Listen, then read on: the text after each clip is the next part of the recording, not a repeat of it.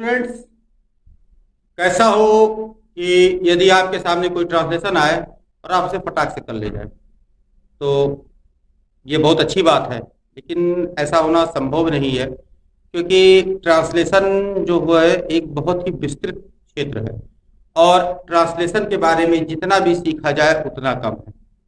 बहुत सारे स्टूडेंट्स कहते हैं कि हमने टेंस सीख लिया और टेंस सीखने के बाद वो ट्रांसलेशन करने के लिए जुट जाते हैं, लेकिन दिक्कत तब आती है जब टेंस से अलग ट्रांसलेशन उनको मिल जाता है। और टेंस से अलग ट्रांसलेशन मिलने पर उनके सामने दिक्कत आती है कि इसको किस प्रकार से ट्रांसलेट किया जाए।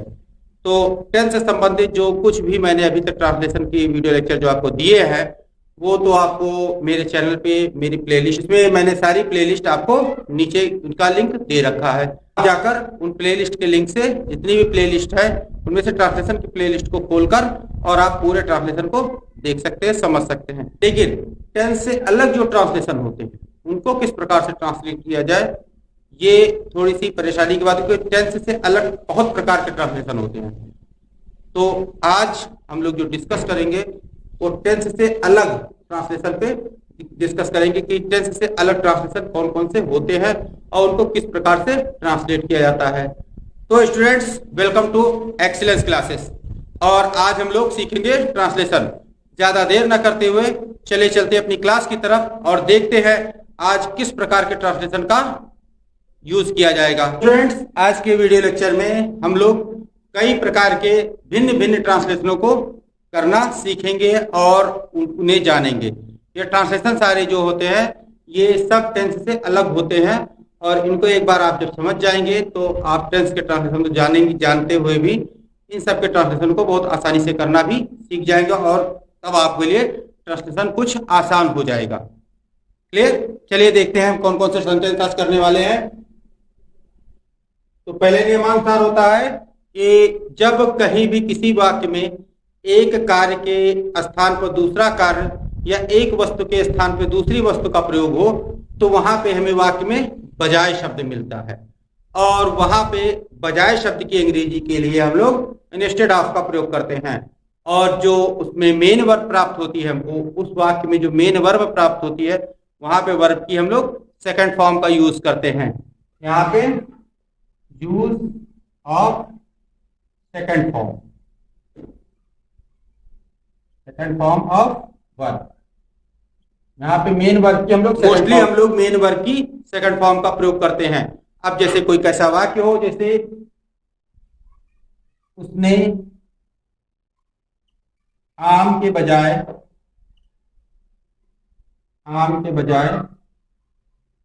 अमरूद खाया।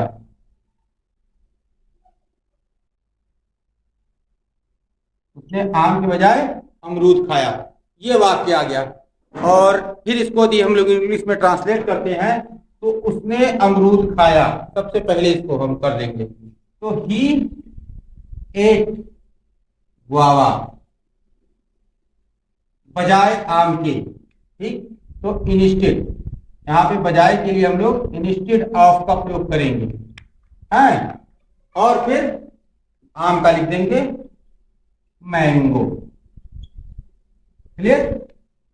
उसने आम के बजाय अमरूद खाया तो he ate guava instead of mango. या फिर तुम घर के बजाय बाजार गए। तो तुम बाजार गए, यू वेंट टू मार्केट। यहां ध्यान रखिए कि जो एक्चुअल में हुआ है, वाक्य में जो एक्चुअल में कार्य हुआ है उसी कार्य को सबसे पहले लिखते हैं। यहाँ पे एक्चुअल में क्या कार्य हुआ है? उसने अमरूद खाया, उसने अमरूद खा लिया, यानी ये एक्चुअल में कार्य हुआ है, इसलिए इस वाक्य को हम पहले लिखते हैं। और फिर किसके एवज में हुआ है वो कार्य, वो उसे हम बाद में लिखते हैं। इसमें भी एक्चुअल में जो कार्य हुआ है, तुम बाजार गए, तो यू वेंट टू मार्केट। अब किसके कहाँ जाने के बजाय बाजार गए, तो घर जाने के बजाय बाजार गए, तो यहाँ पे लिखेंगे इंस्टेड ऑफ होम। आई बात समझ में? चलिए इसे नोट कीजिए। उम्मीद है कि ये इंस्टेड ऑफ का प्रयोग आपको समझ में आ गया होगा। अब चलते हैं। अब इसमें आप ध्यान रखिए कि जितने भी मैं छोटे छोटे वर्ड्स आज बताने वाला हूँ, कई सारे वर्ड मैं बताऊंगा और हर वर्ड से संबंधित एक रूल, दो तीन एग्जाम्पल देके उन वर्ड्स को पूरी तरह समझा दूंगा। कई सारे वर्ड का प्रयोग आज होने वाला है। तो आप लोग मेरे वीडियो लेक्चर के साथ बने रहिएगा और एक भी स्टेप स्किप मत कीजिएगा, क्योंकि हर स्टेप में आपको एक नया वर्ड जानने को मिलेगा और हर स्टेप में आपको एक नए सेंटेंस की ट्रांसलेशन सीखने को मिलेगी। तो बने रहिएगा मेरे वीडियो के साथ आखिरी तक और बिना भी एक भी स्टेप स्किप किए हुए। तो सबसे पहले आप इस रूल को नोट कर लीजिए, फिर हम लोग अगले सेंटेंस की तरफ आगे बढ़ते हैं। अगले नियमानुसार क्या कह रहा है? अगले नियम में कह रहा है कि जब एक कार्य के साथ दूसरा कार्य, पहले नियम में क्या बताया था? एक कार्य के स्थान पर दूसरा कार्य, लेकिन यहां पे क्या कह रहा है? एक कार्य के साथ जब दूसरा कार्य और एक वस्तु के साथ जब दूसरी वस्तु का प्रयोग हो, तो वह हिंदी के वाक्य में हम लोगों को अतिरिक्त शब्द का प्रयोग देखने को मिलता है। और अतिरिक्त शब्द के लिए हम लोग बिसाइड्स का प्रयोग करते हैं। जैसे यहाँ पे हमने क्या किया? यहाँ पे एक सेंटेंस लिया हमने, तुमने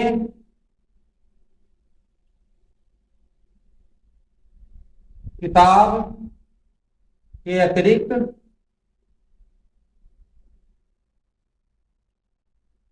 कलम भी खरीदी, कलम भी खरीदी। तो यहाँ पे भी जो सेंटेंस होगा, जो मेन वर्ब यूज होगा खरीदना, ये भी सेकंड फॉर्म में ही होगा।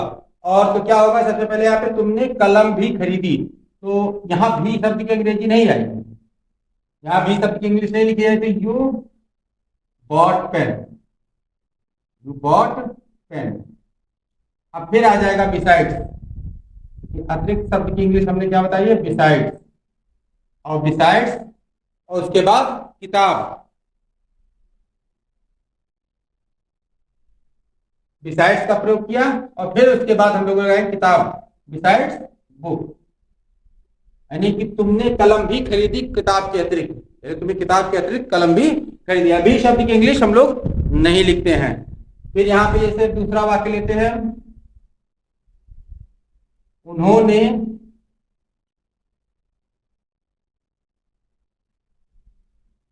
अगला सेंटेंस हम लेते हैं, उन्होंने चावल के अतिरिक्त रोटी भी खाई। तो उन्होंने रोटी भी खाई, तो दे एट ब्रेड।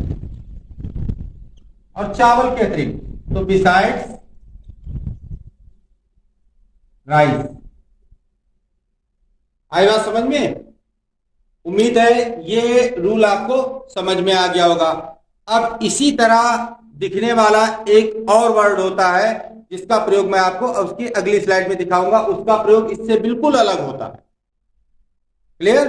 तो आप लोग इसे नोट कीजिए। उस वर्ड का प्रयोग मैं आपको सबको दिखाता हूं कि किस प्रकार से कहां उस शब्द का प्रयोग किया जाएगा।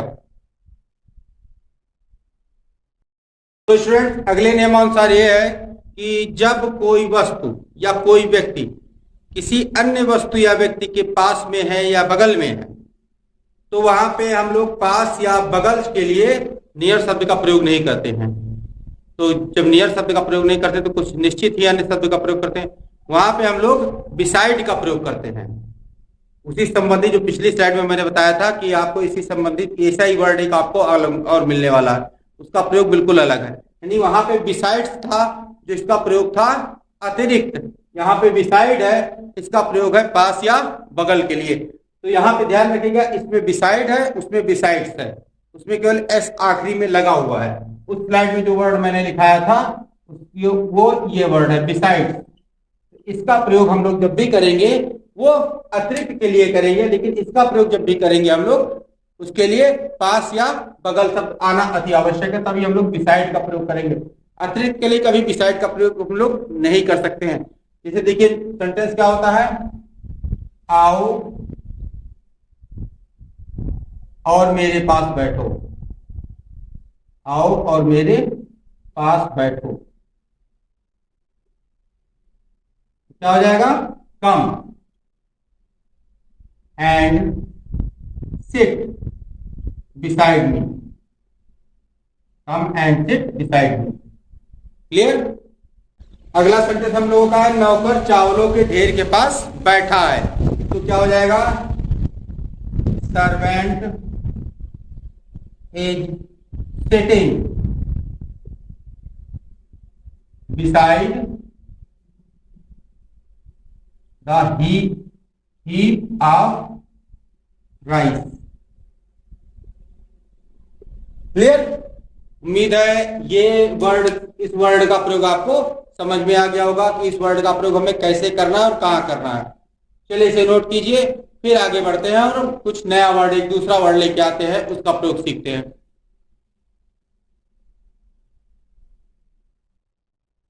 स्टूडेंट अगले नियमानुसार कुछ ये होता है कि यदि वाक्य में कुछ ऐसा कार्य संपन्न हो जो कि पूरा कार्य संपन्न हो गया हो, लेकिन उसका परिणाम विपरीत आया हो, मतलब जैसे कोई मेहनत कर रहा है और मेहनत के बाद वो फेल हो गया, या फिर कोई धनी है और धनी होने के बाद भी वो कंजूस है, तो ऐसे वाक्यों में हम लोगों को इन स्पाइट ऑफ का प्रयोग कर देखने को मिलता है। और वहां पे इन स्पाइट ऑफ के बाद हम लोग जो सेंटेंस में उसके बाद हम लोग जीरंड का प्रयोग करते हैं या नाउन का प्रयोग करते हैं। जैसे यहां पे लिख दिया आपने, धनी होने के बावजूद, धनी होने के बावजूद वह कंजूस है, वह कंजूस है। तो ये क्या हो जाएगा, in spite of being rich, in spite of being rich, धनी होने के बावजूद, कॉमा लगाया हमने, फिर वह कंजूस है, तो क्या हो जाएगा, he is माइजर, he is माइजर। Clear. धनी होने के बावजूद वह कंजूस है, मेहनत करने के बावजूद तुम फेल हो गए, इन स्पाइट ऑफ वह hard work you become unsuccessful या फेल। क्लियर। तो यहाँ पे कोई भी कार्य संपन्न तो है लेकिन उसका परिणाम विपरीत है, यानी ये धनी तो है लेकिन वो कंजूस है, परिणाम उसका विपरीत निकल रहा है। तो यहाँ पे हम लोग इन स्पाइट ऑफ का प्रयोग करेंगे। हिंदी में हमें के बावजूद शब्द का प्रयोग मिलेगा, और जिस भी वाक्य में के बावजूद शब्द का प्रयोग मिले वहां आप इन स्पाइट ऑफ का प्रयोग कर देंगे। आई बात समझ में। उम्मीद है ये सारे वर्ड्स आपको क्लियर हो रहे होंगे। यदि आपको किसी भी कारणवश से कुछ क्लियर नहीं हो पाता, कुछ अधूरा रह जाता है, तो आप मेरे कमेंट बॉक्स में आइए, अपनी क्वेरी छोड़िए। निश्चित ही अगला वीडियो लेक्चर शुरू करने से पहले मैं आपकी क्वेरी का जवाब दे दूंगा और आपको सेटिस्फाई कर दूंगा। तो ये रूल आप नोट कीजिए। इसके बाद हम देखते हैं अगला वर्ड हमारे सामने क्या निकल कर आता है। तो स्टूडेंट अगले नियमानुसार ये है कि जब सेंटेंस में ऐसा कोई वाक्य दिया हो कि जिसमें होने वाला कार्य जो भी जल्दी निकट भविष्य में होने वाला हो, वहां पे जब उस सेंटेंस को इंग्लिश में ट्रांसलेट किया जाता है तो वहां पे अबाउट टू का प्रयोग किया जाता है। आई बात समझ में। चलिए एग्जांपल लेते हैं इसका कि रेलगाड़ी आने ही वाली है, आने ही वाली है। तो इस सेंटेंस में आपको ऐसा कार्य दिखाई दे रहा है जो निकट भविष्य में होने वाला है, तो यहाँ पे अबाउट टू हो जाएगा। तो यहाँ पे train is about to come, रेलगाड़ी आने ही वाली है, तो train is about to come. जैसे वर्षा बंद होने वाली है, वर्षा बंद होने वाली है, तो यहां पे क्या हो जाएगा, the rain is about to stop. Clear. उम्मीद है ये नियम आपको समझ में आ गया होगा। चलिए इसे आप नोट कीजिए। तो स्टूडेंट अगले नियमानुसार ये होता है कि जब वाक्य में कोई ऐसा कार्य दिखाया गया हो, कोई ऐसा कार्य हो रहा हो जिसको करने के लिए कर्ता मजबूर हो गया हो, तो वहां पे हम लोगों को has to, have to, had to, will have to, shall have to इसका प्रयोग करना रहता है। अर्थात वर्ब की हैव फॉर्म के साथ जो ऑक्सिलरी वर्ब होती है उसकी हैव फॉर्म के साथ हम लोगों को टू का प्रयोग कर देना रहता है और सेंटेंस वहां पे इंग्लिश में ट्रांसलेट कर दिया जाता है।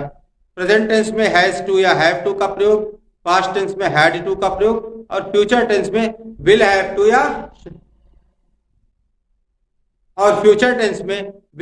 या शैल हैव टू का प्रयोग हम लोग करते हैं। जैसे कि यहां पे लिया कि मुझे बाजार जाना पड़ता है, जाना पड़ता है। अर्थात इस वाक्य से देखने में ये लग रहा है कि ये कार्य मजबूरी में किया जा रहा है, उसकी कोई इच्छा नहीं है। तो मुझे बाजार जाना, तो आई और आई के साथ हम लोग लगाएंगे हैव टू। अब क्या बताया, वर्ब की फर्स्ट फॉर्म, यहाँ पे देखो लिखा है इसके साथ वर्ब की फर्स्ट फॉर्म का प्रयोग किया जाता है। तो I have to go to market. Clear, मुझे बाजार जाना पड़ता है। इसी प्रकार से अगर ये मुझे बाजार जाना पड़ता था तो I had to go to market, और मुझे जब बाजार जाना पड़ेगा तो I will have to go to market.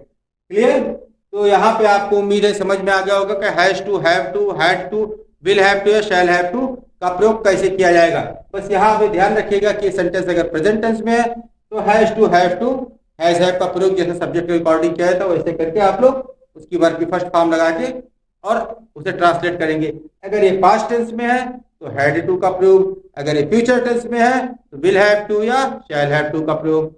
उम्मीद है ये रूल आपको समझ में आ गया होगा। चलिए इसे नोट कर लीजिए, फिर आगे बढ़ते हैं।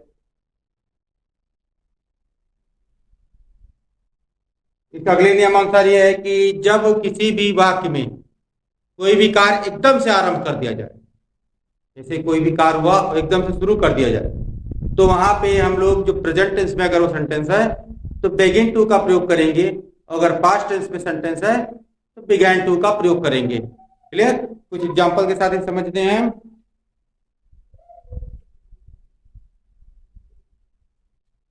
जैसे छात्रों ने निबंध लिखना आरंभ कर दिया या शुरू कर दिया। छात्रों ने निबंध लिखना शुरू कर दिया या आरंभ कर दिया।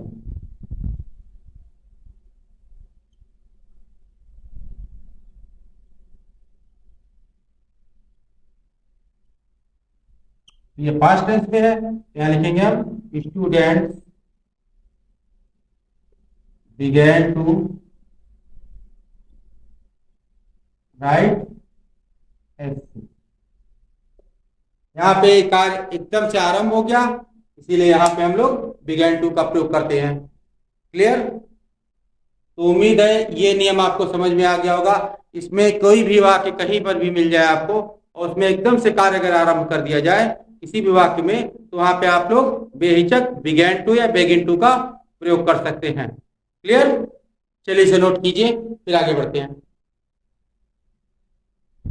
अगले नियमानुसार ये है कि यदि किसी सेंटेंस में कोई चीज जानने की प्रक्रिया बताई जा रही हो, कोई चीज सीखने की प्रक्रिया बताई जा रही हो, तो उस सेंटेंस में हम लोगों को नो के बाद हाउ टू का प्रयोग कर देना रहता है। जैसे कि मुझे तैरना नहीं आता, तैरना नहीं आता, तो ये हो जाएगा I do not know, I do not know how to swim, how to swim. Clear, यहाँ पे नो के बाद हाउ टू का प्रयोग हमने किया। यहाँ पे सीखने या जानने की प्रक्रिया बताई जा रही है। जैसे तुम्हें उर्दू पढ़ना नहीं आता, उर्दू पढ़ना नहीं आता, तो you do not know how to read Urdu. Clear? उम्मीद है ये नियम आपको समझ में आ गया होगा कि कहीं भी कोई चीज सीखने और जानने की प्रक्रिया आती है तो नो के बाद हम लोग हाउ टू का प्रयोग करते हैं। क्लियर? चलिए इसे नोट कर लीजिए। तो स्टूडेंट्स, इसी के साथ आज का वीडियो लेक्चर खत्म किया जाता है। उम्मीद है इस वीडियो लेक्चर में मैंने जितने भी वर्ड्स आपको सिखाए हैं, जितने भी वर्ड्स आपको बताए हैं, उन वर्डों को आपने अच्छे से समझा होगा और अच्छे से सीखा होगा। यदि आपके समझ में यदि आपके समझ में कोई बात नहीं आती है तो नीचे कमेंट बॉक्स में आइए और अपनी क्वेरी छोड़िए। और साथ ही साथ मैंने ट्रांसलेशन से संबंधित कई सारे वीडियो लेक्चर आपको दे रखे हैं, जो कि नीचे जिनका लिंक जो है आपको नीचे डिस्क्रिप्शन में मिल जाएगा, और साथ ही साथ मैं उनको ऊपर आई बटन पे भी लिंक कर दूंगा कि आप जाके वहां से भी उनको देख सकते हैं। तो मिलते हैं अगले वीडियो लेक्चर में। Wait for my next video lecture. Till then stay tuned with our channel. Keep watching, keep learning, take care, thank you and bye.